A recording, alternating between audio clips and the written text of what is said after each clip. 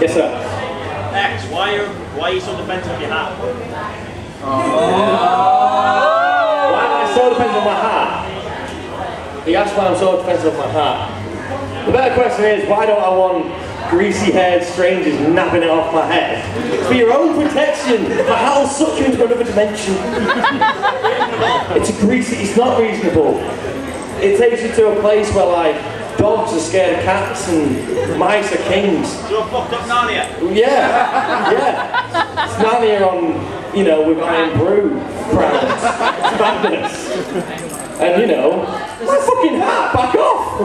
Well, like if I were, oh, let me have this shirt off you, you know. It's no different. So, yes, I'm defensive, indefensive, touch my hat, I'll kick you straight in the cock. I actually was given, speaking of gifts, I was given a gaydar by, I think they're over there. It wasn't Makora. Somebody, it was Makora. And yeah, it was Makora, and we've been playing around with it. I just want to see if the audience is gay or not. So, give it a shot.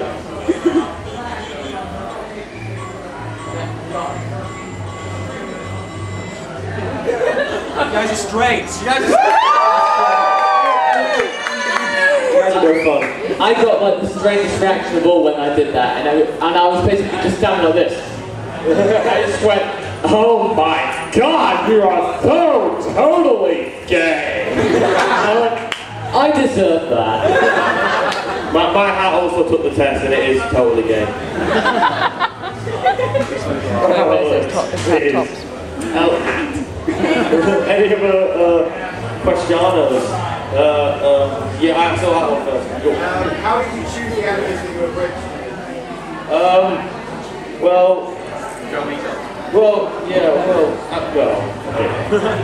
When me and X did Yu-Gi-Oh! GX originally, I intended to do a Digimon bridge because I grew up with the show and, you know, I loved it since a kid. However, I couldn't find Digimon footage.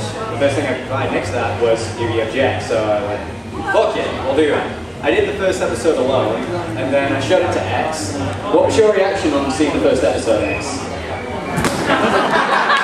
It was kind of shit. Ow! I didn't say ow, that was for that moment. The things I go to the comedy. And I asked X, well, do you think maybe you could lend a hand in writing? He said, sure, we'll do a couple of episodes together. And that's kind of how it came from that, really. What is Yu-Gi-Oh! GX was meant to be Digimon, but now we have those who now we have Abridgers. Right, yeah.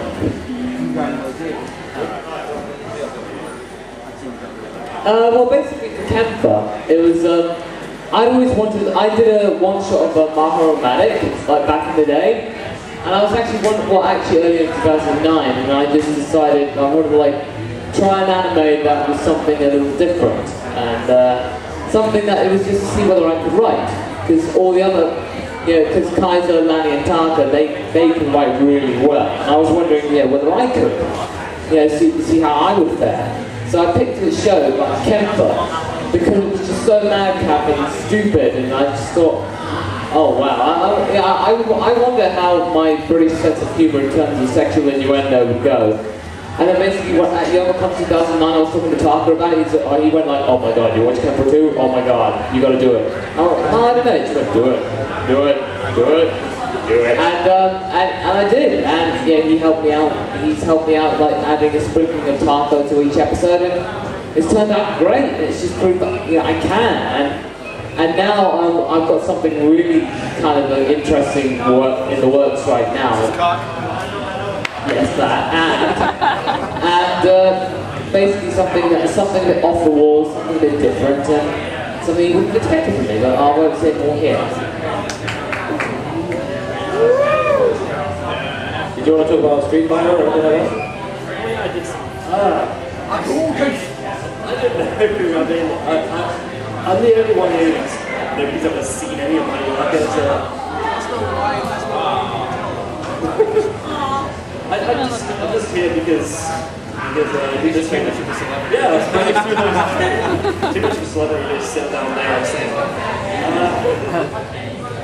Basically, a long time ago, I decided, hey, there's this Yu-Gi-Oh! Abridged, so maybe I should find another anime that people watch. Like, I don't know, Naruto, so I just stuffed that on YouTube, slapped a whole bunch of voices on it, but then I realized, wait a minute, I don't know how to edit. So I got my buddy over here, Masako, and I said, hey Masako buddy, you want to do all the work for me? That'd be great. So he went and did that, did a bunch of voices, and I just threw a bunch of words on top, like something about a Klondike bar. God, I don't even remember anymore. You people love it anyway.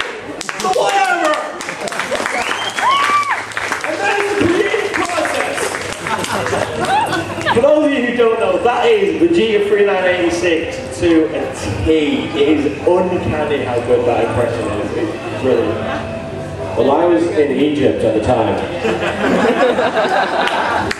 And I was walking around this tomb, and this guy came up to me, he had a cloak over his head, and he held up this strange sort of golden staff, and he said, "You will make a funny show on the internet, baby boy."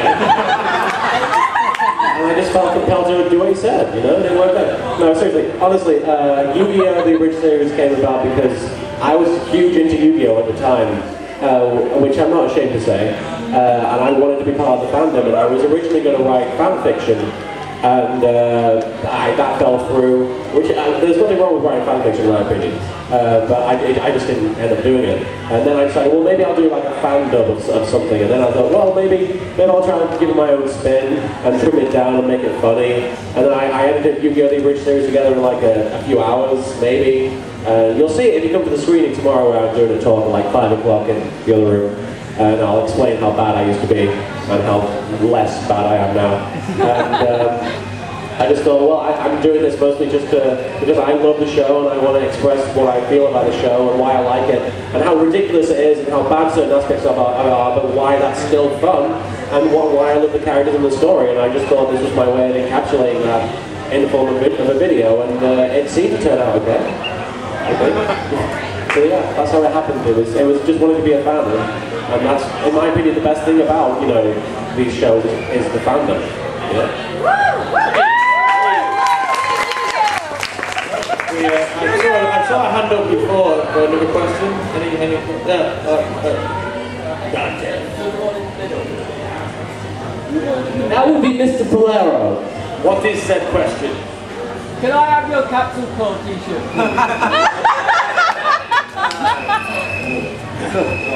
See, it's annoying that, isn't it, when people try and take you out of your clothing. It's very annoying, isn't it? Very annoying! It's very annoying. You get a bit defensive, don't you? It's totally justified. No! No! It's not justified! Anyway. Well, that's a sad question.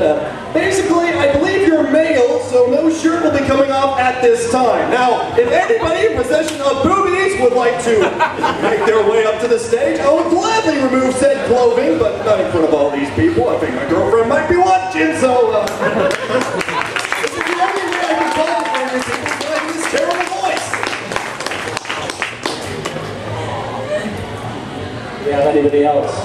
Oh. What's your favourite pair of socks? My favourite pair of socks. Master socks. Huh? Master socks. Yes, I have a very well unknown chain of socks. They're basically, because I brand everything with Master. I have the Master box, Master pad, Master blog. I am a consumer. Master hat. I am a consumer whore. I am merchandising. Master mobile. Yes, that's next. Master gun. Yes. You shoot them with it and start apologising. Yes, you should get. Sorry. Yeah, she just got Master Code. What was your favourite socks? Black. Next question.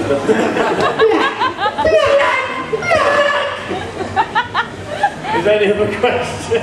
Are you wanting the socks as Well, well? you wanting the socks? See, that people want clothing. We're not an Oxfam, this is Alcon.